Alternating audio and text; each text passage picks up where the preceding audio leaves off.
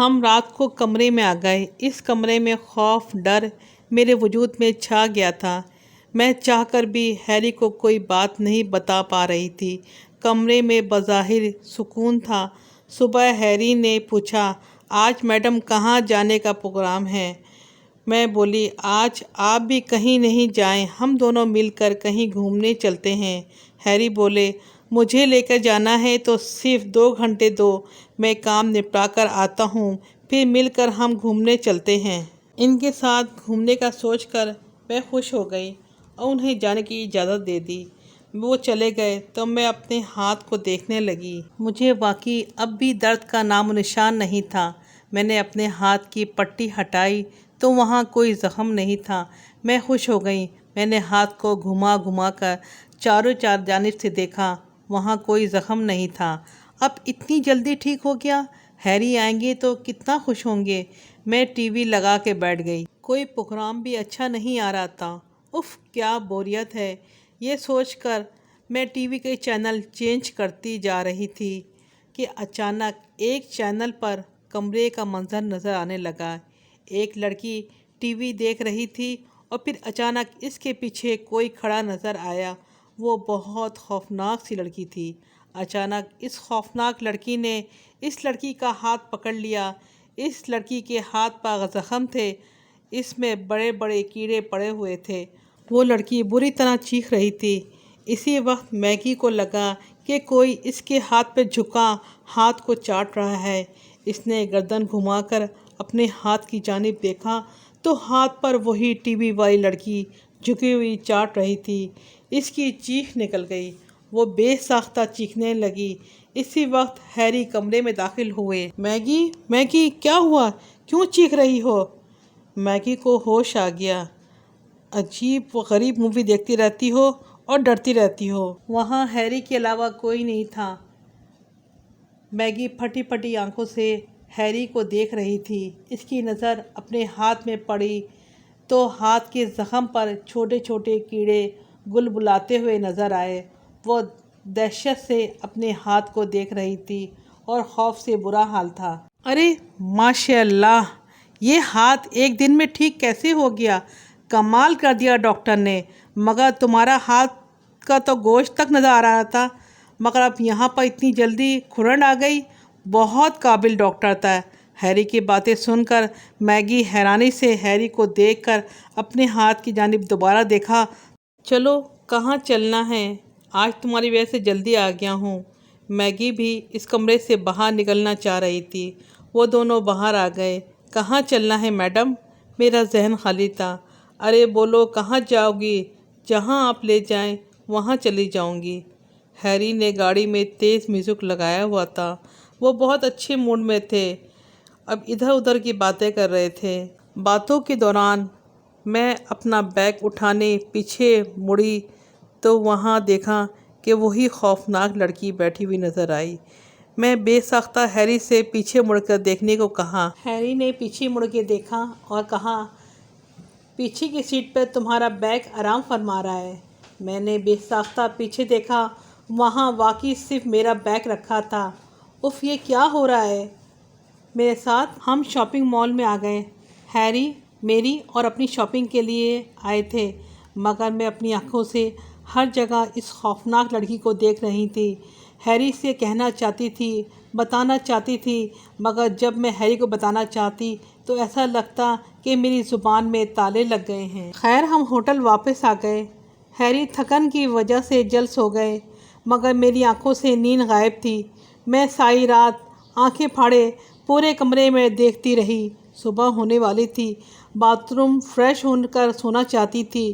جب میں bath room سے فریش ہو کر باہر آئی تو دیکھا میری شکل کی کوئی لڑکی میرے شوہر کے پاس بیٹھی اس کے بالوں میں انگلیاں پھیر رہی ہے۔ کون ہو تم اور میرے شوہر کے پاس کیا کر رہی ہو؟ تمہارا شوہر؟ اب یہ میرا ہونے والا شوہر ہے۔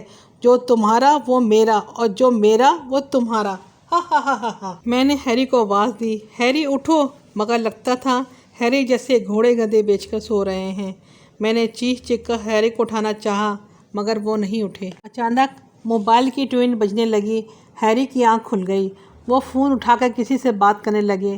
میں ہیری کو بتانا چاہ رہی تھی کہ میری اس رات کیسے کٹی، مگر میری زبان میں جیسے تالا لگ گیا تھا۔ ہاں جان بتاؤ، اب میری میگی کہاں گھومنے جائے گی؟ ٹیورس کو میں کہہ دوں گا آج میری بہت اہم میٹنگ ہے کلائنٹ کے ساتھ۔ ہاں آپ چلے جائیے، مجھے ٹیورس کو بلانا ہوا تو بلا لوں گی۔ اوکے یہ ٹھیک ہے، اچھا میں چلتا ہوں۔ میں بولی رکیے، میں بھی آپ کے ساتھ باہر چلتی ہوں، وہاں ناشتہ کر کے میں ٹیورس کو بلا کر چلی جاؤں گی۔ آپ ناشتہ میرے ساتھ کریں گے؟ نہیں، میں ناشتہ نہیں کروں گا۔ میں ناشتے کے ٹیبل پر آ کر ناشتہ کرنے لگی، مگر میں کہاں جاؤں؟ کہیں نہیں جانا چاہتی تھی۔ کیا کروں؟ کب تک ڈائننگ ایریا میں بیٹھ سکتی ہوں؟ میں یہ سب باتیں سوچ رہی تھی کہ موبائل پر بیل بجنے لگی۔ میں فوراً موبائل اٹھا کر سنتی ہوں۔ تم کب تک یہاں بیٹھی رہو گی؟ تم کیا سمجھتی ہو میں تمہاری جان چھوڑ دوں گی؟ تم نے انوائٹ کیا تھا مجھے۔ تم کون ہو اور میرا پیچھا چھوڑ دو؟ ارے اب تو مر کر بھی تم مجھ سے اپنی جان نہیں چھڑا سکتی۔ تمہاری چتا جو تم نے خود اپنی آنکھوں سے دیکھی تھی وہی تمہاری لاش ہے۔ اور میں میگی ہوں؟ یقین نہیں آ رہا تو اپنی ہاتھ کی جانب دیکھو، وہی اب تمہاری موت کی وجہ بنے گا۔ میں نے بے ساختہ اپنے ہاتھ کی جانب دیکھا تو بری طرح سڑ چکا تھا اور اس میں کیڑے مجھے صاف نظر آ رہے تھے اور تکلیف ناقابل برداشت تھی۔ میں بے ساختہ چیخ اٹھی۔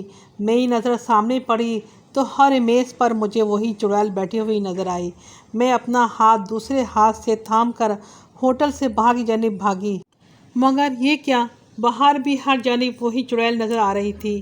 میری تکلیف شدید سے شدید تر ہوتی جا رہی تھی۔ ڈر اور خوف سے میرا برا حال تھا۔ تکلیف نے جان عذاب میں کر دی تھی۔ میں نے بے ساختہ بھاگنا شروع کر دیا۔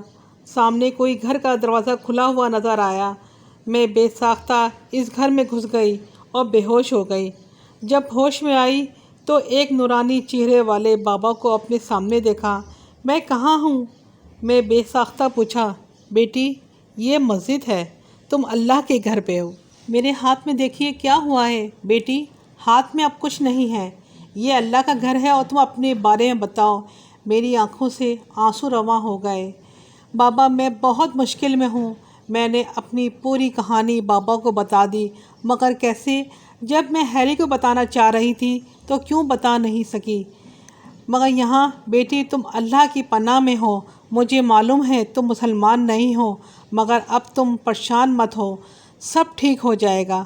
بابا میری بہت سی دوست مسلمان ہیں، ہم اکثر انہیں نماز روزہ پڑھتے اور اللہ کا نام سنتے دیکھتے آئے ہیں، مگر آج یقین آ گیا یہ اللہ کا گھر ہے، اللہ سب سے بڑا ہے۔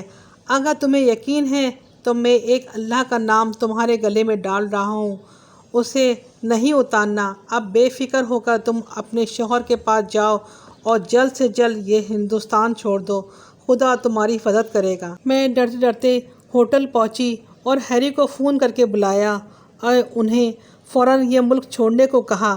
وہ فوراً ہوٹل آ گئے اور میں نے ان کو تمام باتیں بتائیں۔ وہ میرے شوہر تھے اور میری ہر بات پر یقین کر کے ہم نے فوراً وہ ملک چھوڑ دیا اور واپس اپنے ملک آ گئے۔ گھر آ کر میں نے اور میرے شوہر نے اسلام قبول کر لیا اور میرے اللہ پر یقین اور مضبوط ہو گیا۔ بے شک میرے اللہ سے زیادہ طاقتور کوئی نہیں۔ اگر آپ کو ہماری کہانی پسند آئی ہو تو پلیز ہمیں لائک کریں، شیئر کریں، کمنٹ کر کے ہمیں بتائیں کہ آپ کو ہماری کہانیاں کیسی لگتی ہیں، یا ہمارے چینل کا آئیکن بنا ہوا ہے اس پہ کلک کر کے ہم کو سبسکرائب کریں اور بیل آئیکن کو دبانا مت بھولیے گا تاکہ آنے والی ساری نوٹیفیکیشنز آپ کو مل سکیں۔ Thank you so much.